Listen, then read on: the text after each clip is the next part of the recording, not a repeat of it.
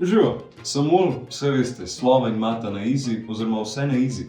Če ne veste, pa YouTube kanala sta še vedno aktivna, na obeh je pa ogromno kratkih in zelo uporabnih video razlag za oba predmeta, seveda na izi. Zdaj sem pa video razlagam dodal še posebno novost. 1, 2, 3, z igro svoj znani tudi ti. To gre za serijo 4 poučno-družabnih ali pa družabno-poučnih, kakorkoli hočete, kompletov, in sicer seštevanje in odštevanje do 10. Ta komplet je že izšel in ga danes tudi predstavljam.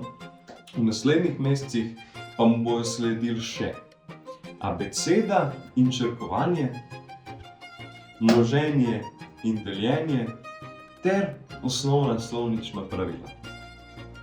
Če že govorimo o kompletu, se spodobi, da tudi povem, kaj ga sestavlja, ne? No, v prvem vas čaka komplet kart, kar 105 jih je, z računi, številkami, uporabnimi nalogami in tako naprej.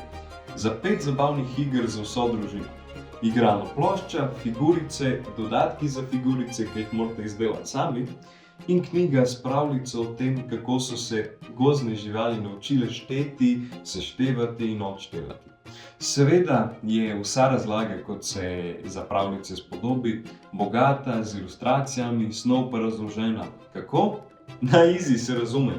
V knjigi so še podrobna navodila in pravila za vsako od iger, na koncu pa boste našli tudi slovarček vseh obravnavanih pojmov. In zakaj učenje skozi igro? Znanje potrebujemo, ni kaj. Lahko pa postane mukotrpna in neprijetna obveza. Tudi otroci namreč vstajamo zgodaj in smo po vseh dopoldanskih in popoldanskih aktivnostih utrujeni.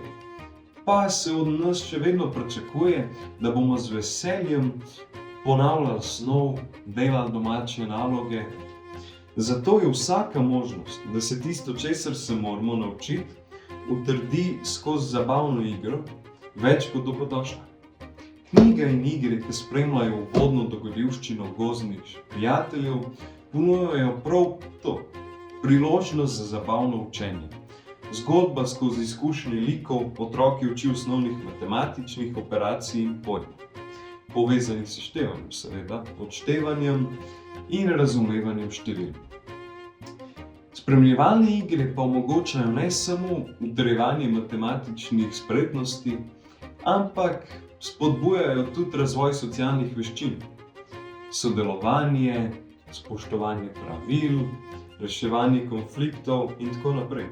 Burijo domišljijo in krepijo vztrajnost, hkrati pa otroke učijo uporabljati matematične operacije v vsakdanjih situacijah. Pa še nekaj. Danes so postali zasloni naši družabniki, zavezniki, delovno orodje, vir zabave in informacij.